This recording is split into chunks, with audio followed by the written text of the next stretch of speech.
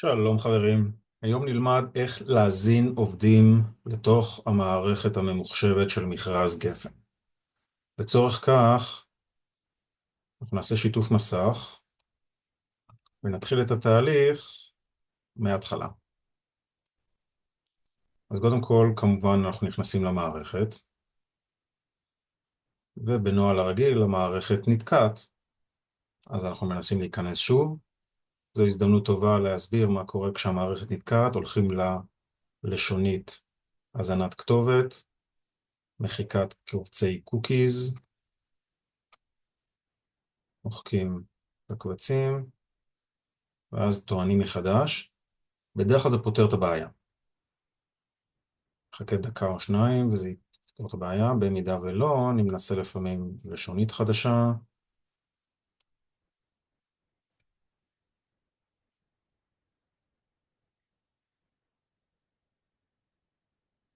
ככל שהמכרז מתקדם לקראת הדדליין, אז המערכת כמובן איטית יותר, יותר ויותר אנשים נכנסים.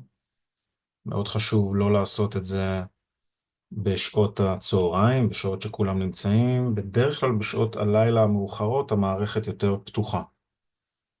אז הזדמנות טובה לשים שעון מעורר לשתיים, שלוש לפנות בוקר, להיכנס, ואז הכל זורם נורא מהר.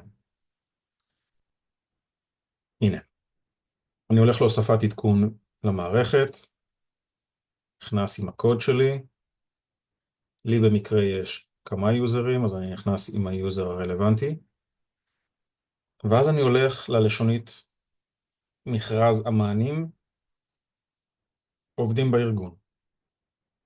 לוחץ על זה, ונפתח לי חלונית עם עובדים בארגון. אז אני הכנסתי פה כבר מספר עובדים. בואו נראה מה קורה כשאני לוחץ על הוספת עובד. תפתח לי חלונית חדשה, וכאן אני מתחיל להזין את כל הפרטים, שם פרטים, משפחה, תעודת זהות, טלפון והגדרת תפקיד, כאשר בהגדרת תפקיד אפשר או מפעיל או מפתח, או מפעיל שהוא גם מפתח. הכל תלוי כמידת התעודות שיש לבן אדם. אחר כך אנחנו צריכים להזין האם הוא עובד הוראה. כן, אז אני צריך להוסיף היתר עבודה. אם הוא לא עובד הוראה, אז לרשום אינו עובד הוראה. תעודות והכשרות.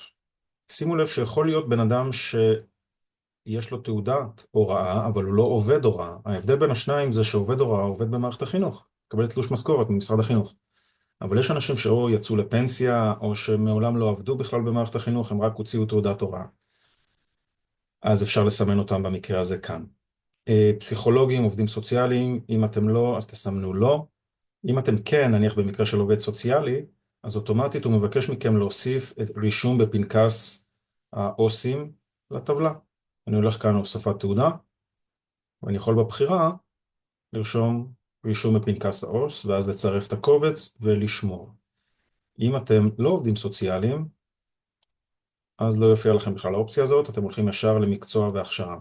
והכוונה פה היא איזה תעודות, לא תארים, אילו תעודות נוספות יש לו, לאותו עובד, שאתם יכולים להוסיף את תחום ההכשרה, וזה תחום התעודה, כמה שעות, בדרך כלל זה כתוב על התעודה, אם לא כתוב על התעודה, אז תשאלו אותו ותוסיפו ותצרפו את הקובץ. וכמובן, לשמור. ככה אתם מוסיפים עוד תעודה ועוד תעודה. מספר התעודות לא מוגבל. אני לא מצאתי את ההגבלה בכל אופן. ואותו דבר לגבי תארים אקדמיים. שאני יורד למטה, הוספת תעודה, כלומר תואר אקדמי, מאיזה מוסד, באיזה תחום, ולצרף את הקובץ, ובסוף לשמור. ככה אנחנו מעלים את כולם, ואז יורדים למטה, מסמנים את זה ושומרים. ההגדרה, אני חוזר לראש העמוד, הגדרת התפקיד, האם הוא רק מפעיל, האם הוא רק מפתח, או גם וגם, מאוד מאוד תלויה באיזה תת סל אליו אתם ניגשים. ישנם תתי סלים שמפתח התוכנית צריך תעודות שונות ממפעיל התוכנית. וישנם כאלה שזה אותו דבר. אז אתם תחליטו. בדרך כלל אין בעיה לשים את אותו בן אדם שעם התעודות הרלוונטיות שהוא יהיה גם מפתח וגם מפעיל. למה אנחנו עושים את כל זה?